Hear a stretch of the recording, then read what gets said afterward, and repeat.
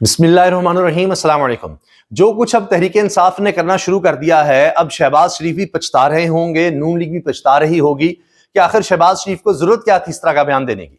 जो कुछ असेंबली में हो रहा है वो मैं आपको दिखाना और सुनवाना चाह रहा हूं, क्योंकि शहबाज शरीफ ने कहा था कि ऊ ऊ करके एहतजाज किया करें। अब सारी असेंबली में आवाजें यही हैं ऊ ऊ ऊ की। और ख्वाजा आसिफ साहब बेबस नजर आ रहे थे, वो गुस्से में नजर आ रहे थे, हत्ता के डिप्टी स्पीकर, उनका ताल्लुक चूंकि पीपल्स पार्टी से है, शायद वो भी तंग करना चाह रहे थे ख्वाजा आसिफ को, तो कह रहे थे जी आप इनको रोक क्यों नहीं रहे। वो क्या करते, डिप्टी स्पीकर साहब भी बेबस थे।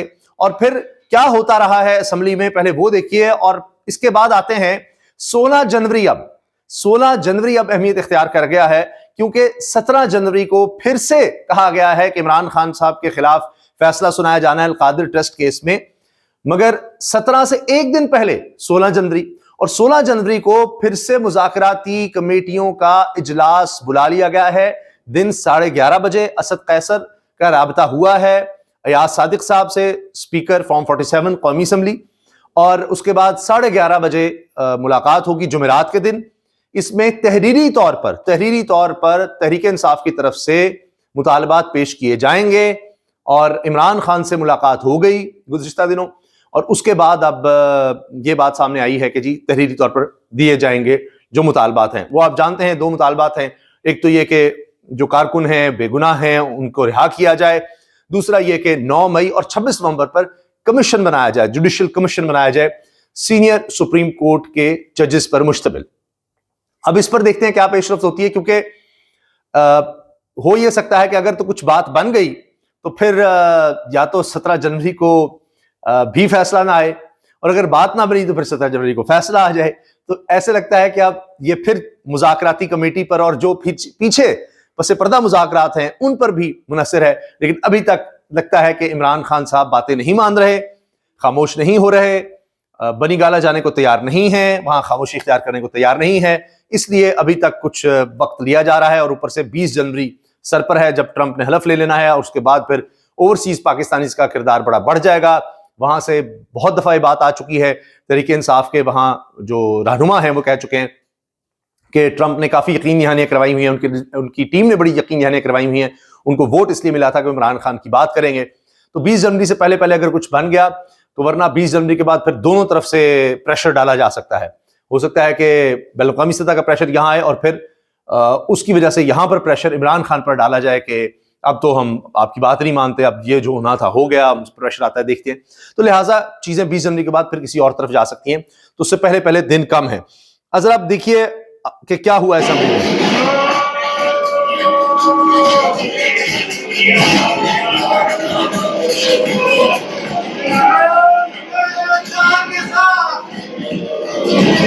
खान तेरे जाने सार बेशुमार बेशुमार, ये नारे लग रहे हैं, और ऊ की आवाजें शुरू से देखिए, स्टार्ट ऊ से होता है। तहरीक इंसाफ के लोग डेस्क बजा रहे हैं, बहुत सी वीडियोस हैं। और फिर सरकारी टीवी पर क्या हुआ ये कि जब लाइव सेशन चल रहा था तो आवाज आई कि जी आपने अब सवाल नहीं करना। डिप्टी स्पीकर साहब ने कहा जी सवाल ना कीजिएगा, तो फौरन ही फिर आ गया, यानी माइक जब खुला तो आवाज आई कि जी सर गोली क्यों चलाई। ले जी, स्पीकर ने कहा जी राय हसन आप सवाल नहीं पूछेंगे, तो राय हसन ने कहा गोली क्यों चलाई। और उसके बाद फिर पीटीवी पर क्या हुआ वो देखिएगा जरा। Next question Mister Rai Hasan Nawaz.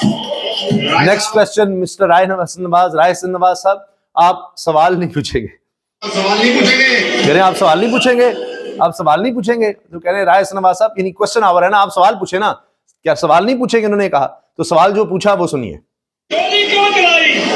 उन्होंने कहा जी गोली क्यों चलाई, और पीटीवी की नशरियात बंद, खत्म हो गई। पीटीवी की नशरियात चली गई जी इसी सवाल पर कि गोली क्यों चलाई। ये आप देखिए, ये है पार्लियामेंट का हाल। दोबारा सुनिए और देखिए। मिस्टर राय हसन नवाज, राय साहब आप सवाल नहीं पूछेंगे, गोली क्यों चलाई?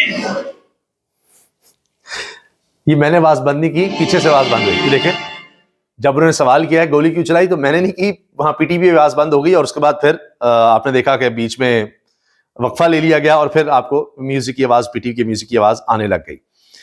इसके बाद ये देखें आप कि उमर अयूब साहब जब तकरीर करके हटते हैं तो उसके बाद का मंजर क्या है और उसके बाद की सूरत हाल क्या है, और ऊ के दौरान ये सब कुछ हो रहा है। ये उमर अयूब साहब ने तकरीर की। शुक्रिया। उसके बाद इम्पोर्टेंट अनाउंसमेंट साथ ही in accordance with the subsection of section 137 of Election Act 2017, it is mandatory for every MNA की आवाजें मुसलसल हैं।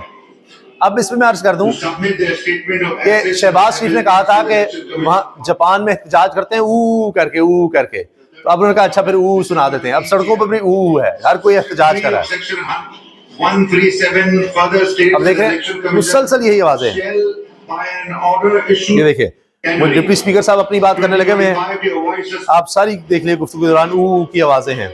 अब राय साहब भी सवाल नहीं पूछना चाह रहे हैं। मेरे राय सवाल भी सवाल नहीं पूछना चाह रहे। नेक्स्ट क्वेश्चन फिर राय हसन नवाज साहब का सवाल है।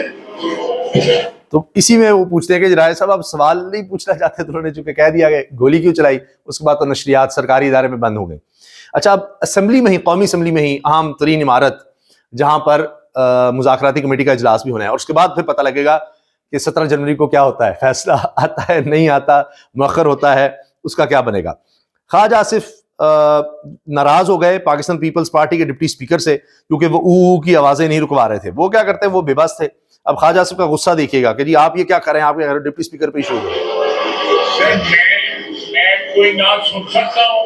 ये देखिए वो मुस्कुरा रहे हैं मुसलसल, डिप्टी स्पीकर साहब कह रही मैं ना सुन सकता हूँ, फलाना मुझसे बात नहीं हो रही, वरना सबको समझ आ रही है यहाँ तक कि जी सब आवाजें भी आ रही हैं और इनकी आवाज हम तक आ रही है, लेकिन वो इतने डिस्टर्ब हो गए इस एहतजाज से, ख्वाजा आसिफ को समझ नहीं आ रही करें क्या। आपने इजाजत दी है, आउट ऑफ द वे इजाजत दी है उनको, और क्या हो रहा है इस वक्त, किस तरह रिस्पॉन्ड किया है उन्होंने?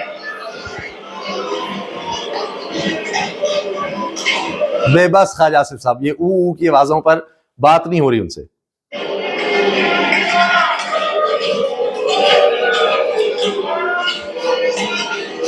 अच्छा, खान तेरे जान निसार, वो आवाजें भी लग रही हैं पीछे।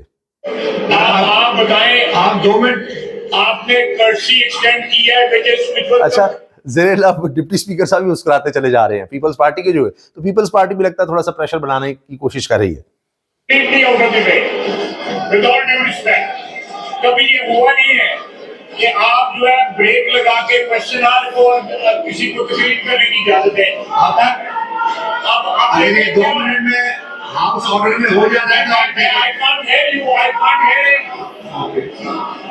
आप 2 मिनट तशरीफ रखिए, अगर हाउस ऑर्डर में होता है तो क्वेश्चन आवर लेते हैं। आप हाउस इन ऑर्डर करें, मैं जवाब देता हूँ। हाउस इन ऑर्डर क्या होना है जनाब, वहां हाउस में ऑर्डर ही चल रहा है।